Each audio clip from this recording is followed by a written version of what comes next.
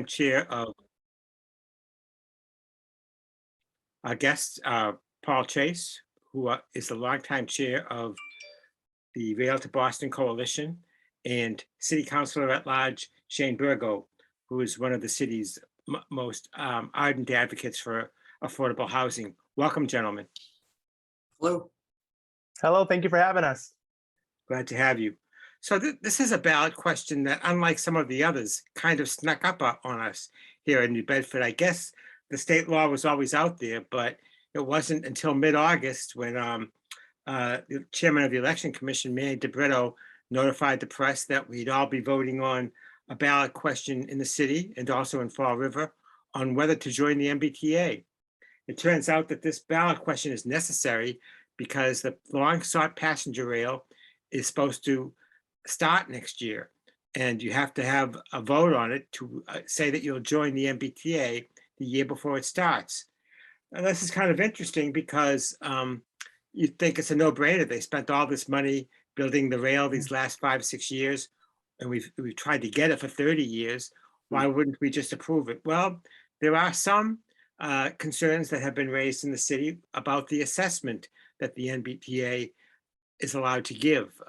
That's an assessment on all the MBTA communities. It won't be effective in New Bedford because we run our own regional transportation system, Serta, and our own regional Serta system for the disabled, but it could be someday. The other concern that's been expressed about the MBTA coming to New Bedford is gentrification. Could this be an ingredient that causes the real estate values to rapidly increase even more? So those are the issues on the table. And tonight we have two gentlemen who are both supporters. We don't have an organized opposition to this question in New Bedford, but if you are opposed to it and have some thoughts on the subject, you're welcome to send us a question in our chat line, and I'll pass it on to our guests. So we'll start with Mr. Chasse. Tell us about the Realtor Boston Coalition and why you're in favor of voting in favor of joining the MBTA. Sure. Well, again, thanks for having me. The Realtor Boston Coalition started about 10 years ago as an idea between the Realtor Association of Southeastern Massachusetts and at the time, the Greater New Bedford Chamber of Commerce, which is now the One South Coast Chamber. So there are many members within the coalition, like I said, the Chamber, the Realtor Organization, the State Association of Realtors is part of it, as well as some economic development councils and some private businesses. So it's a public-private membership coalition. We've been advocating for many, many years now. As you said, it's been 30 years since folks originally talked about it and have really wanted it. But it's only been the last 10 years or so we've gained some momentum. We originally hired a lobbyist and worked Beacon Hill pretty extensively for many years with our state delegation, with the Baker administration, at the time Secretary Pollack, a lot of meetings, and we were fortunate enough to get this to come our way. And it was done because of a phased approach. Originally, it was supposed to be an electrified line coming out of Stoughton. But Governor Baker had decided that it was important to at least get it down here. So they did a phase 1 approach, which is the Lakeville Middleborough line that'll extend all the way down, and that saved several $1 billion and allowed us to be where we are today. And it's been a long journey, and we're hoping to get it past the finish line for next year. So you think that this is still something that's a good thing, even with an hour-and-a-half ride that they're predicting to get to Boston? Sure. I mean, 90 minutes is it's not terribly long for a commute for commuter rail. I mean, when you look at major metro cities around the country, Boston, Chicago, Washington, D.C., Los Angeles, hour and a half is not long at all. And a lot of these companies within these major metro markets now are even building in time within the time that they work in order to take the commuter rail, because they do work on the rail. So an 8-hour shift might only actually be a 7-hour shift because they allow them a half hour each way. So there's a lot of things that happen now because of commuter rail. And again, 90 minutes is not a long time. My son traveled to Boston just yesterday. It took him just over 2 hours in the morning.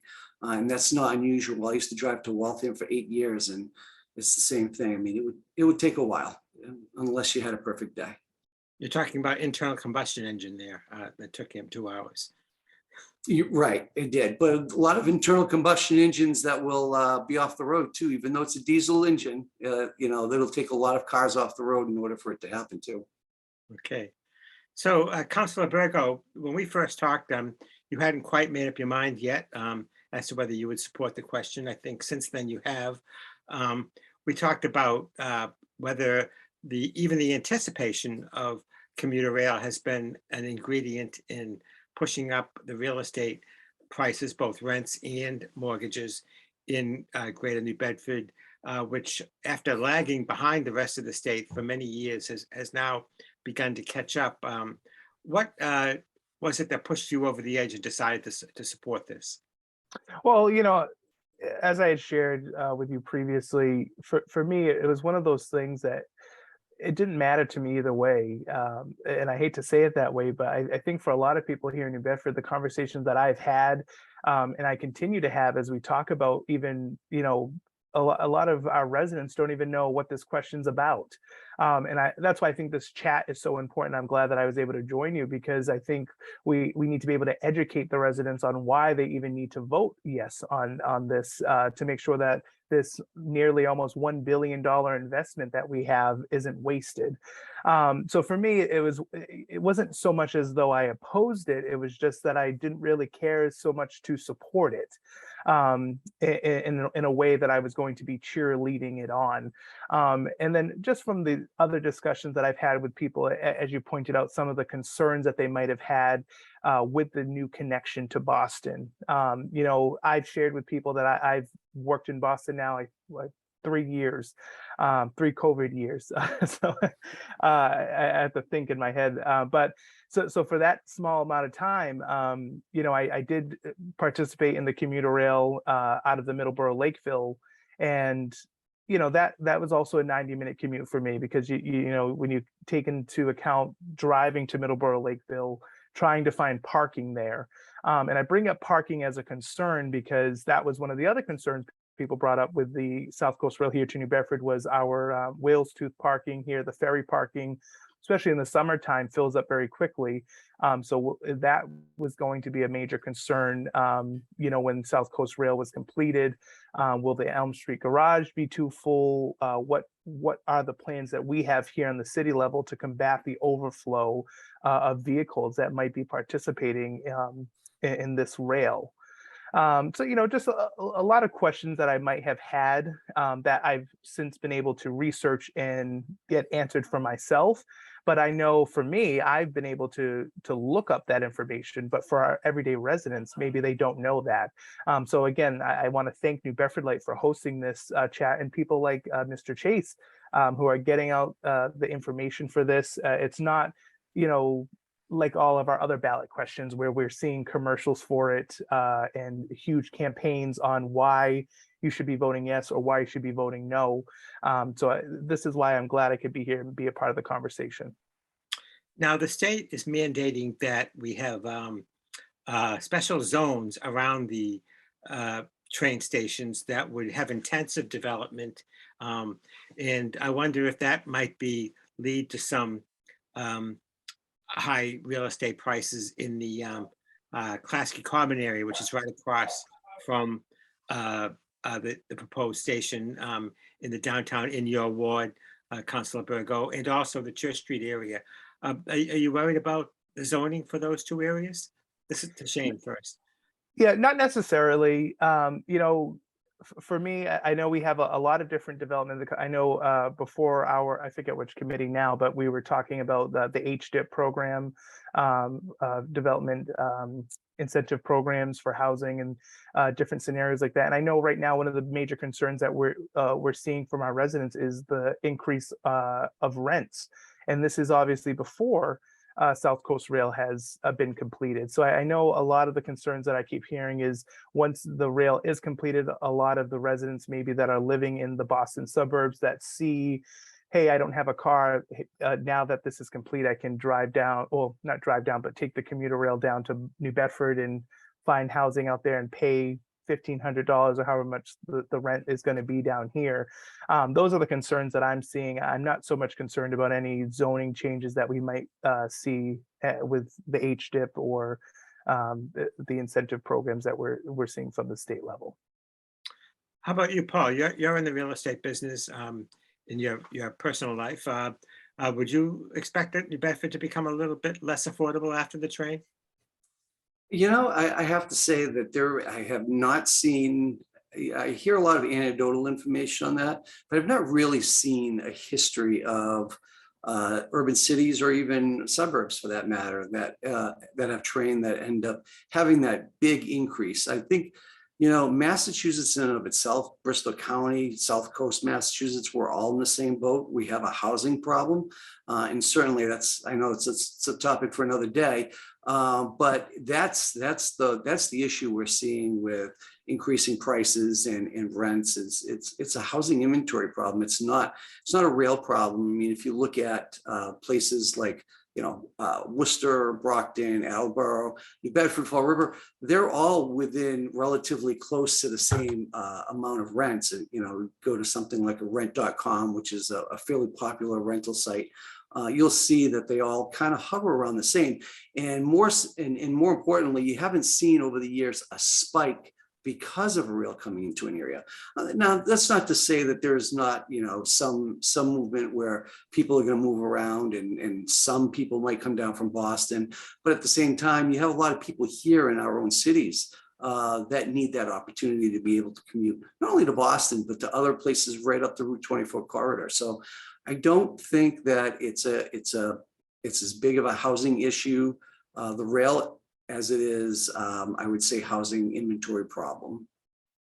We have a question that's come in about a Fall River having a no vote with New Bedford having a yes vote.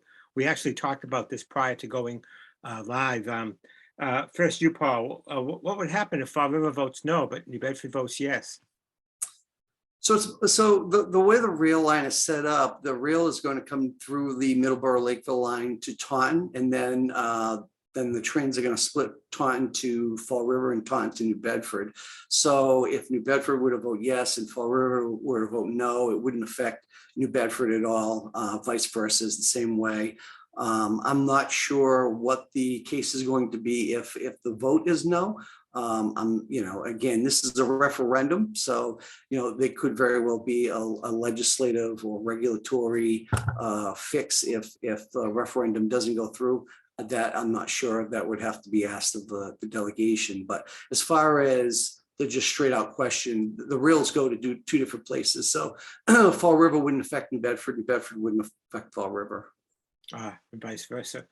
Councilor Burgo, if I could, it's my understanding though, you know, in order to join on to the MBTA, we have to do it by January to make sure that we do it for 2023, which is why we're looking to do it by this November 8th deadline.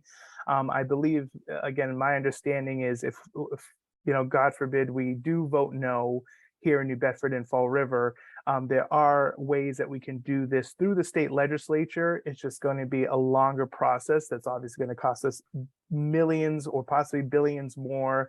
I don't know if people know that this rail project was originally only supposed to be less, I think maybe a few $100 million. Then it went to 600 million, and now it's nearly $1 billion because of how long it's taken to get to the process that we're at now. So I can only imagine how much more it would balloon if we delayed it any longer than we have. So I want to take this time to encourage people to vote yes on this ballot measure. But I'm sure there are other legislative ways. Like I said, our state delegation would have another way to do this. This is just the easiest, simplest way and the quickest way to get this done. We talked a little bit about the circuitous route. Shane, you used to commute to Boston. Were you able to work on the train while you were there? Is it something that people are only going to take to maybe their doctor's appointments or to do a tourism thing, or could, you know, would you think that it's reasonable commute? You could do that for all those things. I was not one of the people that worked on the way to work, but there were many people that I saw that would do that. There are in the commuter rail, there are tables for people to use, and there is Wi-Fi on the train. I was not an overachiever, so I just recently started using a laptop. So I work for the state Department of Transitional Assistance, and now that we partly are telecommute, telework, and also go in a hybrid model, we now have laptops. But previously I didn't have one, but I did see people use laptops. And then we also do personally, I would go into Boston on the commuter rail on the weekend if I didn't want to have to drive, and if we're going out, to see maybe a game or to see a show. I think that people are going to use this both for private and professional business uses. It will be utilized.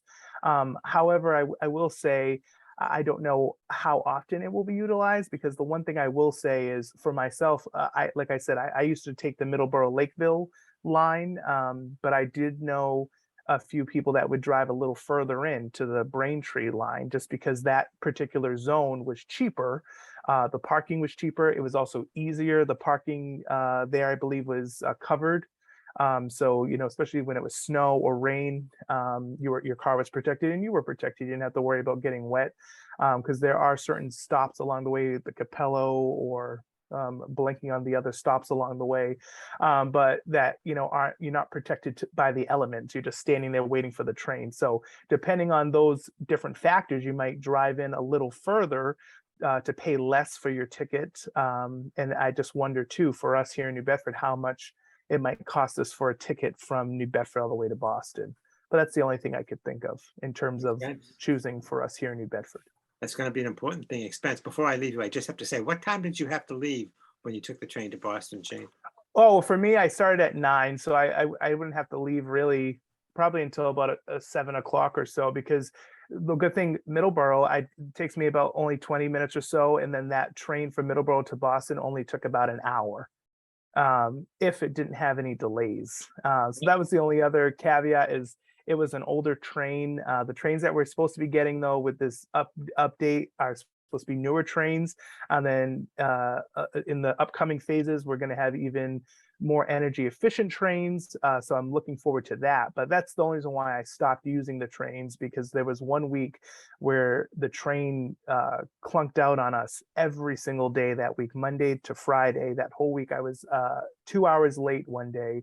And I had to use, I forget, almost a week, so not a whole week, but a whole day, basically, of personal time, because if you're late, it only affects you in the office. They don't, but that's why I ended up switching to the DATCO bus, which, because they can use the high HOV lane, high occupancy vehicle lane, that also is another alternative for people. But I would never drive to Boston in an individual vehicle, because that, as Mr. Chase pointed out, his son drove, and it took him almost 2 hours or more, because I think anyone who's driven to Boston for a doctor's appointment or any other times, it takes forever to get through that traffic. Well, I gotta say, if I had to leave the house at 7 in the morning, I'd be sleeping on that train. Well, even And there now, are people that do. yeah, the DATCO bus, that's why I like it even more. I actually leave here around 4 o'clock in the morning now for the DATCO, because my hours have changed. So that one I sleep on, especially in the wintertime, it's nice and warm. But yeah, I definitely utilize sleeping on that. 4 o'clock in the morning, you'd have to carry me onto that train. Paul, you had mentioned something. I don't know whether I'm mixed up with him before the program started in our pre-talk, about the fact that we might have double-decker trains coming to. Well, yeah, I believe so. It's my understanding, like Shane said, they're investing in all new cars for the South Coast Rail, and it's my understanding that I believe they're going to be double-decker cars. I mean, they're expecting to accommodate as many as 700 people a day, one way from just the New Bedford area. Then never mind the Fall River and the Taunton area. Remember, I want to say there's about 350 parking spaces for the Church Street, and then there's another 300 or so for the Wills Tooth. So, I mean, that's a significant amount of people just coming out of the New Bedford area. And there's always been double-decker train. Even now, we have those in the older trains. the current trains. I won't say the older trains. I don't want to say it like that, as they're not old, but the current trains that we have are double decker trains. And even the ones from Middleborough, we're packed on there like sardines. So I'm hoping Yeah. that they are going to add on more, because I know I was fortunate enough. Middleborough Lakeville currently is the first stop in to South Station, so I was able to get a seat. And so, maybe if there was a pregnant woman that gets on, your as a gentleman, you get up to offer them a seat. But normally I'd sit right in my seat and make sure I stayed there, because otherwise, when other people get on, you're pressed up against. Even sitting down, I'd be like this as people were pushing on. So I can only imagine if they don't add on, as Mr. Chase was mentioning, double deckers and more supply for the added on Fall River and New Bedford lines. I don't know how they'll accommodate that many people. Right. Well, you And I learned think, something today. I had not realized that we already had double-decker trains. The only double-decker transportation vehicles I'm familiar with are the double-decker buses in London. So that's just very interesting to me. We have a question coming in from Dan Costa. He wants to know how it could have gotten so long before we're voting on this. Why have they spent all the money, and now a no vote would mean we've built this train and it's not going to be used? How could that have happened? Paul, you want to take this one? I could try to take it, but I don't honestly have the answer to that. I don't know. It's been a mystery to a lot of people. I'm not sure, if it's on the MBTA side or the city side, but my guess is where both Fall River and New Bedford were having the same type of issue. Not that it was the MBTA side either. I'm not sure. It's tough to. I don't want to point fingers, because I don't know for a fact how this wound up to be this way, or it just simply was a matter of, well, once it's completely built or just about built, then they have to get final authorization, and they just expect the referendum to get the final authorization. That I'm not sure. But It does here we are. seem like a very strange way to do it. Maybe they think people will vote for it because they won't want to have wasted the money. As Shane was talking about earlier, I don't know. It does seem like a very odd process. I talked to Mayor Mitchell himself about this, and he said that is the law, that the vote has to take Right. place a year before the train service starts. You alluded a little while ago that maybe the legislature could step in if there's a no vote. I don't know whether that would be what kind of what would they do? Repeal the law, I suppose, to get around it or make an exception? Yeah, I'm not sure. And then, it's just speculation, but maybe it had something to do with, remember, we did have rail at one time. So this is a reestablishment of rail, and maybe as a reestablishment of rail, it wasn't considered needing a referendum until recently, and they've decided that needed to be the case. Maybe that's an explanation, but I'm just not sure, completely sure. Now, this train that is going to be going through Middleborough, this is called phase 1 of the passenger rail connection to Boston. And phase 2 is supposed to be the electrified train that would go the shorter route through Stoughton in the Hockomock Swamp. That was very controversial about 20 years ago.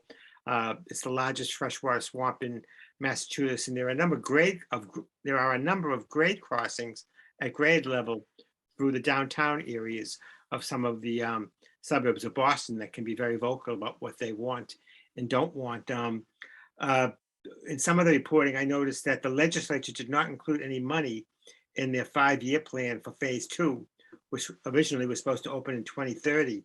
So if they did not include any more money for phase 2, is that plan pie in the sky? Is it ever going to happen? We'll go to Shane first. Oh, I'm not familiar with phase 2 of the South Coast Rail portion of this. Okay, so that's the original plan was, but the preferred plan when it was studied 20 years ago was called the Stoughton route, as opposed to the route that it's going to take now, which is called the Middleborough route.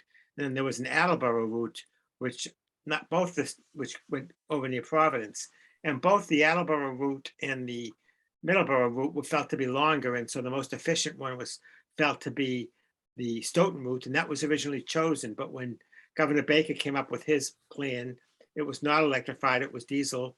I know Paul knows something about this. But the legislature has not put any money for phase two. What are you hearing about phase two, Paul? Well, I think what they want to do is they just want to get phase one built and see what they're looking at for, ridership numbers.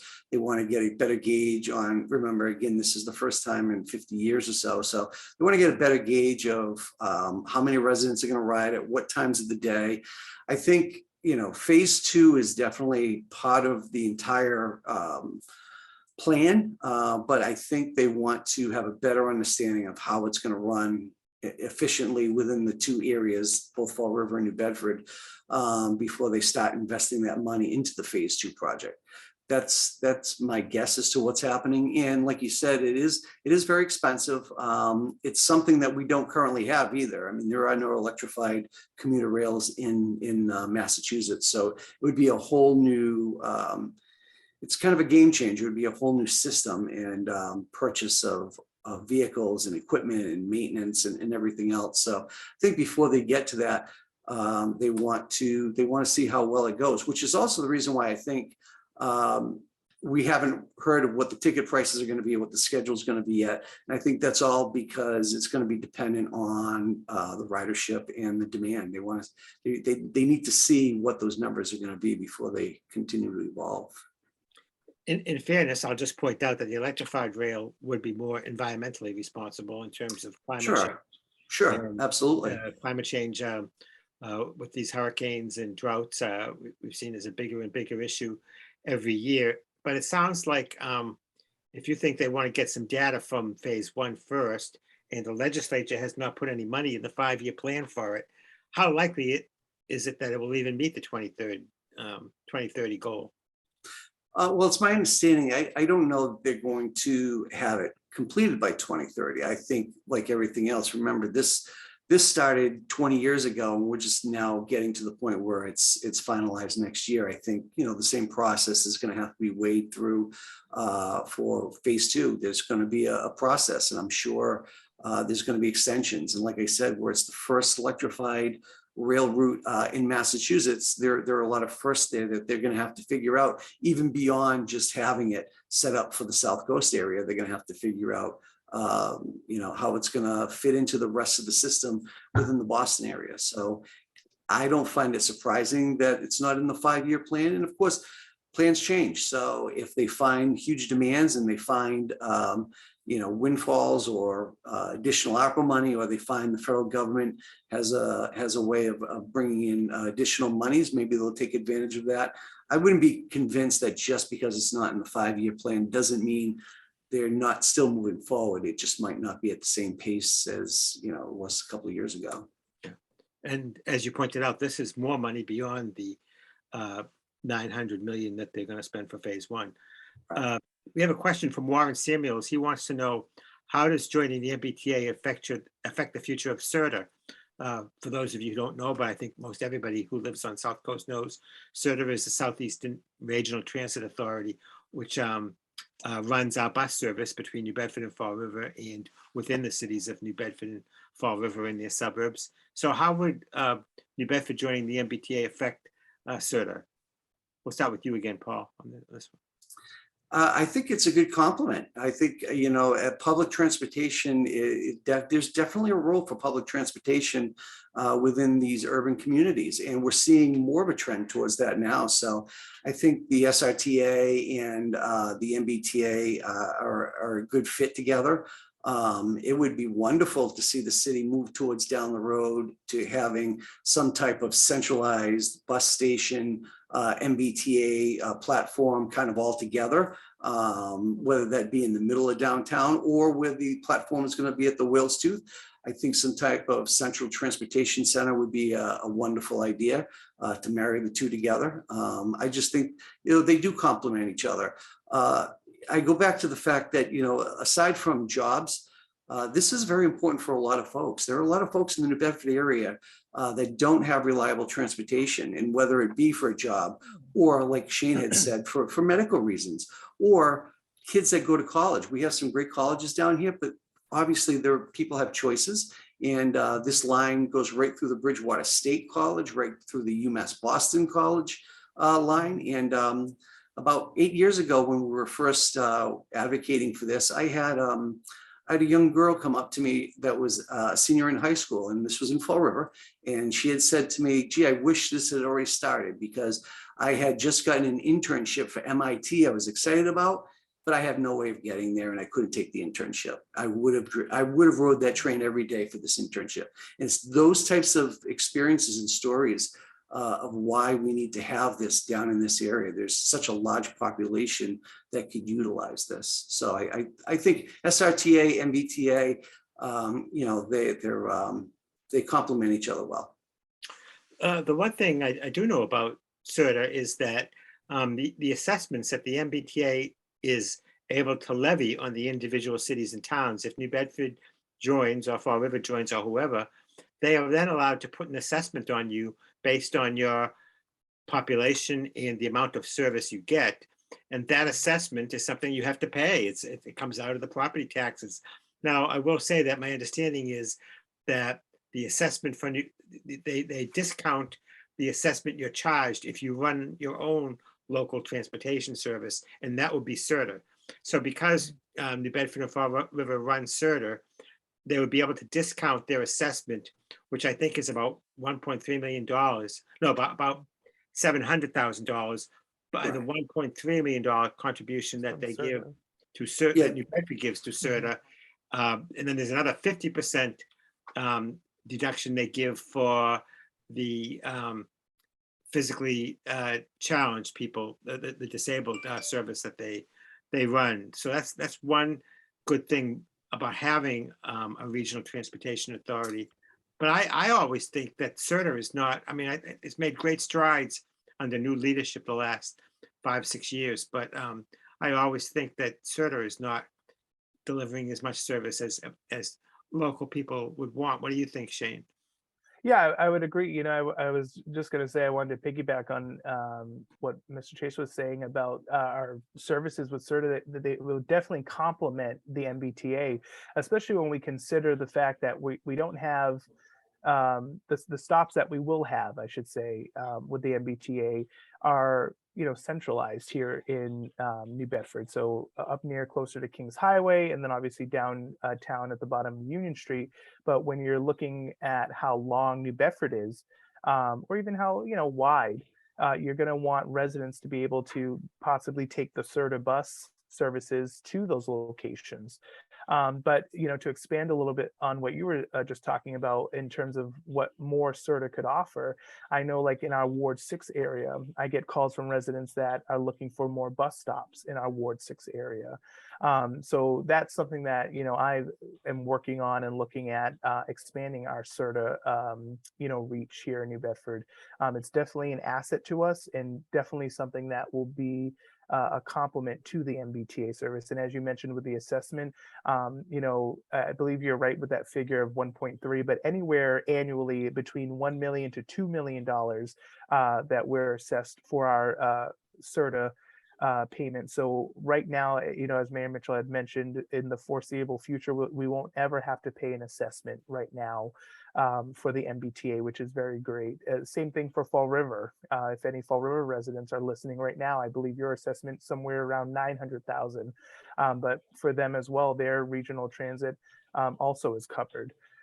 So these communities, really, I can't think of a con. As we talk about pros and cons, I cannot think of a con as to why you would vote no for this measure. I wonder if I can go back to the assessments for a minute. The MBTA, it's fair to say, has been criticized quite a bit for the service it does provide already in Greater Boston.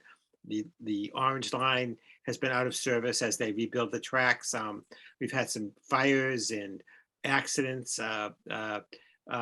operator irresponsibility, and just different things where there's been a lot of criticism as to why can't we make these trains run on time. And a lot of it is the criticism is based on the subway. Are you confident, Paul, that if we join the MBTA, in order to get that service running better, the assessments might go up because they'll have to pour more money into it? So, I mean, it's hard to, you know, break out a crystal ball and figure out exactly what they're going to be in the future. But you know, when you have such a credit already, like the mayor said, it would have to be dramatic changes. And if it were dramatic changes with us, it would be dramatic changes with everybody. And ultimately, we'd probably be paying more in, even if we didn't have MBTA. So I don't suspect that assessments are going to go up quickly or anytime soon. Remember, I think $600,000 credit or $700,000 is what we're credited to the MBTA out of that 1.3 million that we have. And that's based on population. Our population is not going to grow that much that we're gonna change that gap. And again, even if the MBTA says, well, we need greater funding assessments, I mean, that's still a large gap to figure, to fill. So anything can happen. That's the one thing I'll say, right? Anything can happen, but I just don't see us getting into a situation where we're going to have to pay a lot more money in the near future for this. And it's money we're already paying in for transit. We might as well get, something for it. What about, I think the criticism of the way the MBTA runs is mostly about the subway lines, but what about the operation of those subway lines? Shane, you must have read about them also. Is this an organization we really want to join? Yeah, well, I hate to separate the two, but honestly, the commuter rail and the subway to me are two different worlds. For me, I took the subway during the winter months, just because of the walk to the office, whether it would be too icy or whether it was rainy or what have you. I'd say, oh, let me take the subway line just because it'd be quicker and I'd again be protected from the elements. It was an experience, but my experience with the commuter rail, as I mentioned, that 1 week from hell that I had where we had to have a rescue train, for example, come and get us, to tug us the rest of the way to, South Station. But I never experienced anything that we've seen on the Orange Line where we've caught on fire, where I've had to, for some people, they've had to jump from the train, or in those situations, we've never had a derailment. And the fact that these investments that we have right now for Fall River and New Bedford, again, we're seeing new trains, new rail lines. If we're spending $1 billion, I would hope, and I feel very confident that the investment that we're making is going to be a very good one, and that we won't see the same rundown subway system that Boston has. And that's why I haven't seen anything yet about the Orange Line now that it's reopened. And they had that 1 month, I believe it was, of fixing it up and repairs. But a lot of times no news is good news. So I imagine things are working out well. But I like to say the commuter rail and the subway lines are completely two different worlds of the MBTA. Well, I'll agree with that, but I hate to disabuse you, but the Orange Line has been slower since it started up again. And they've had to admit that they did not get to complete all the work everything they would complete. And because some of the work is incomplete, that it's even slower, but they're hoping to address that soon. I do want to give some credit where credit is due. And I want to ask you, Paul, about the Realtor Boston Coalition. You guys, I'm not sure how long you've been at it. We have a dog barking from Andy Colonis, one of our editors. I'm not sure what that is. That's sort of one of the problems of live TV, but I hope our director can take care of that. But what about the Realtor Boston Coalition? How long have you been at it, Paul? And what are some of the lobbying activities that you've done with the delegation, Bill Strauss, some of the people that have been involved? Sure. So, like I said, it's been about 10 years now.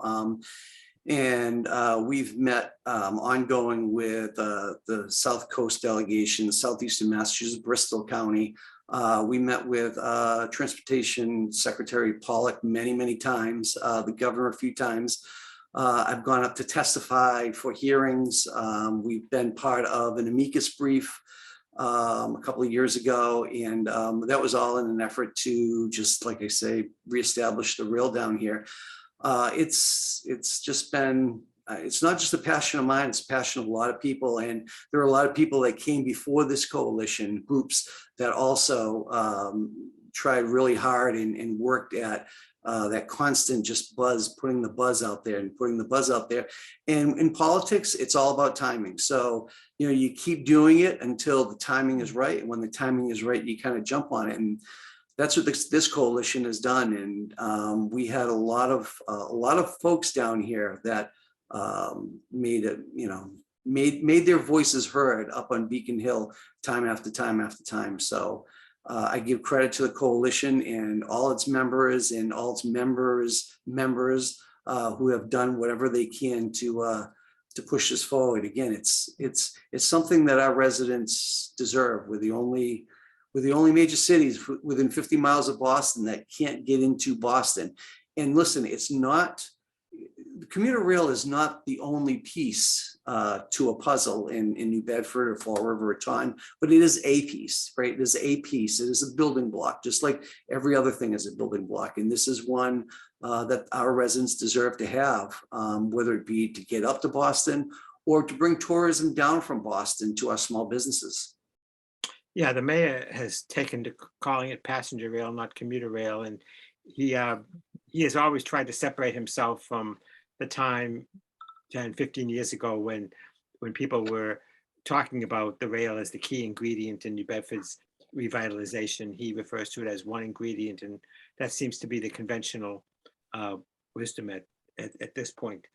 I wanted to ask you about what you guys are hearing in the community. Shane, you talked a little while ago that people don't seem to be that familiar that we have a ballot question on the MBTA. Some of the other questions, whether it's the immigrant licenses or the millionaires tax, seem to have taken precedent. Are you hearing much more now about it as we get closer?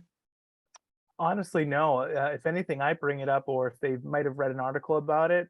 But no, yeah, it's all about question 1 and 4. That, you know, and then I haven't checked my red book that we all get in the mail. I'm not sure if it mentions it in there. If anyone could enlighten me, it doesn't. I don't believe it does. Yeah, well, because I know that's a statewide thing, and it's Right. obviously this is just so that's another problem that I could foresee. And I think again, the biggest highlight is people are used to when you hear a ballot question is, okay, well, here's the yes vote, and this is what this means. Here's the no vote, and here's why you should vote for yes, or here's why you should vote for no. And we're not seeing that with this, but I'll point out in the box over here. We see a yard sign for vote yes for rail November 8th. I've seen a few of them, but I don't know if anyone else who's been driving by has noticed those and have thought, hey, should I ask what that's about? Or I'm just hoping that, when people do get in the ballot box, they know to vote yes. I think a lot of times the instinct, though, is when going in for a ballot question, if people aren't educated enough on the topic, they'll typically vote no because they think, well, I'm not going to vote yes if I don't know enough about it. So I'm just hoping, again, I want to thank New Bedford Light for having this chat and getting it out there. It's up to city councilors like myself to let my constituents know about it. So I think, again, I don't want to see a situation where we're going to have to create a home rule petition to the state legislator to have them repeal the law for just New Bedford or Fall River if we happen to vote no on this. But yeah, a lot of people that I've spoken to have no idea that this is even an issue. And when I do bring it up, it's when I hear the criticism that I think we've all heard, which is, oh, we're never going to see South Coast Rail. We've been hearing that for a long time now. That's never going to happen. And I've been before this ballot question came up, I kept telling people, no, it is happening this time, 2023, without a doubt, it will be here. And then this ballot question happened. And those same people I assured it would happen, I had to go back to them and say, listen, we have one more hurdle, and that is to vote yes for rail on November 8th. And then that's when they had that grin on their face. But, other than that, I'm just hoping the more conversations we have, the more people will understand that there are more pros. And again, I honestly don't see any cons to this. And even to Mayor Mitchell's point of it being a passenger rail as opposed to a commuter rail, Any option to connect us to Boston and giving us that extra tool is useful for a lot of people. You know, I know for myself, my grandmother obviously is fortunate enough to have me as a chauffeur, but a lot of our elderly residents don't have that option, and might not be able to drive that long distance, and will be able to utilize this passenger rail, as Mayor Mitchell put it. So it's very useful. I wonder if I can put you on the spot a little bit, Counselor, since this question did not make the red book, because actually it's a city referendum question, not a state referendum question. By the way, the immigrant license did not make the red book either, because it was not in time. But I'm wondering, since the MBTA issue in particular didn't make the red book, is there something the city council and the mayor could do to send out a mailing? Would that be too expensive at this point? That just says you should know, even if it's by email or something, you should know that this question is going to be on your ballot, so that people are not surprised, because reading a ballot question when you're in the polls can be very intimidating. Honestly, that's a really great question. I know I could speak to Manny DeBrito, our election commissioner, about that. They would handle any kind of literature of that sort. Or even I know back when we were really in the thick of COVID, Mayor Mitchell used to do his robocalls. I'm sure we all used to get. That could also be an option for people, that is a more, cost-effective way and quicker. Those are great options that I can definitely bring forward as something to alert people to this ballot measure. Yeah, it seems like it's needed. Mr. Chase, I know your organization is prepared to spend, I think you said, as much as $10,000 in favor of the question. I'm beginning to see more signs. By the way, Warren Samuels wants to know how he can get a lawn sign to show his support, but I'm beginning to see more of those signs around town. How are you getting the word out? Yeah, so lawn signs are starting to take notice. And I mean, if anybody is interested from New Bedford or from Fall River, if they want a lawn sign, they can go to www.rail2boston.com. We have our information there, and certainly can reach out to us. We'd be happy to put a sign up. We've just started advertising campaign. So we have advertising on the local radio station here, both here in New Bedford and in Fall River. And we're doing a ton. I've got 5 interviews between now and next week to get the word out as well. So we're putting a lot of PR behind this to try to get, as Shane said, we're trying to get to as many people as we can, just so they can feel comfortable about knowing there's a ballot question out there, and that it's important that they vote yes. Because there are a lot of, there are still some naysayers. People that go, oh, here you go, there's a vote for this, which means it's not quite going to happen yet. And they don't realize that it's here. If they vote yes, it's slated to begin in a year from today, in a year from October. So we are putting some PR out there with commercials and radio ads, signs, and various interviews, cable access in both cities. We're doing whatever we can to get the word out. And again, I appreciate all the city councilors that are out there doing the same thing with their constituents, because it's important to get the word out. Now, I'll put you on the spot. I just put Councilor Burgo on the spot, so now I'll put you on the spot a little bit. I know it's not required by the campaign financing law for you to disclose where your funding comes from, but just because it is a political question, and there certainly are people out there somewhere who are opposed. What is the source of your funding for this? Yeah, sure. It's all of our coalition executive team, which consists of the Realtor Association, the State Realtor Association, the Chamber of Commerce, a couple of private real estate companies. That's primarily where the money's coming from. And like I said, we're spending it mostly on radio ads and lawn signs, and doing some public relations output, and some targeted Facebook ads too as well. All right, so we're nearing the end of our time. We may wrap up a little bit early, because I think I've covered almost everything I want to. It's not the most complex of questions, but I would like to, before we wrap up, ask each of you any questions that you'd like to cover, anything that I haven't asked about that you think is important to emphasize about this issue. Shane, we talked a little bit about housing, and you said that you were satisfied that this is not going to be the tipping point. But what would you like to tell people, because you are an at-large councilor across the city, about this question? Just that, again, vote yes for rail on November 8th. There are concerns that, about parking, about, other people, as we are being connected to Boston, Boston is being connected to us. But there are ways that we can combat that. I think that overall, this is a positive for New Bedford, and we will only see positive outcomes from this.